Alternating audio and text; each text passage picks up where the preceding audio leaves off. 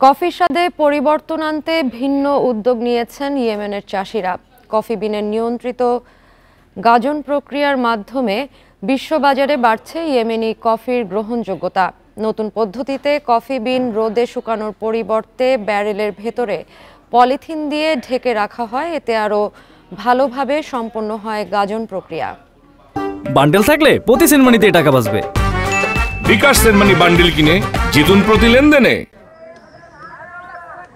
অতুলনীয় স্বাদ এবং সুদীর্ঘ ইতিহাসের জন্য বিশ্ববাজারে ইয়েমেনি কফির যথেষ্ট খ্যাতি রয়েছে।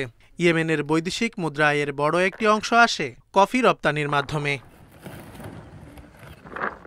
রাজধানী সানার দুর্গম পাহাড়ে নতুন পদ্ধতিতে কফি বিনের গাজন প্রক্রিয়া শুরু হয়েছে।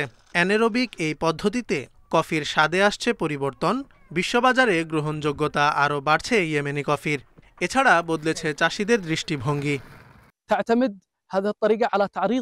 নতুন পদ্ধতিতে নির্দিষ্ট তাপমাত্রায় কফি বিনে দ্রুত পরিবর্তন আসে এবং বিনগুলোর মধ্যে রাসায়নিক বিক্রিয়া হয়।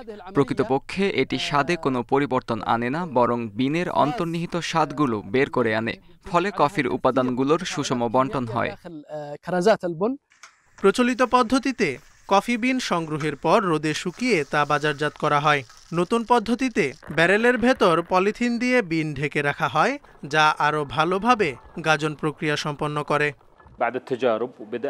যথেষ্ট পরীক্ষা নিরীক্ষার পর আমরা অ্যানেরোবিক গাজন প্রক্রিয়া শুরু করি, কারণ এটি কফির গুণগত মান বৃদ্ধি করে। এই প্রক্রিয়ায় কফির বিন থেকে নির্দিষ্ট পরিমাণে অক্সিজেন সরিয়ে নেওয়া হয়। ইয়েমেনের চাষিদের মধ্যে এই প্রক্রিয়ার ব্যবহার বাড়ছে। বিশ্বের প্রথম দেশ হিসেবে বাণিজ্যিকভাবে কফি চাষ শুরু করে ইয়েমেন। উচ্চভূমি ও খরাপ্রবণ অঞ্চলে চাষ হওয়ায় দেশটির কফির স্বাদ অনন্য। Zobayer Hussain, Independent news.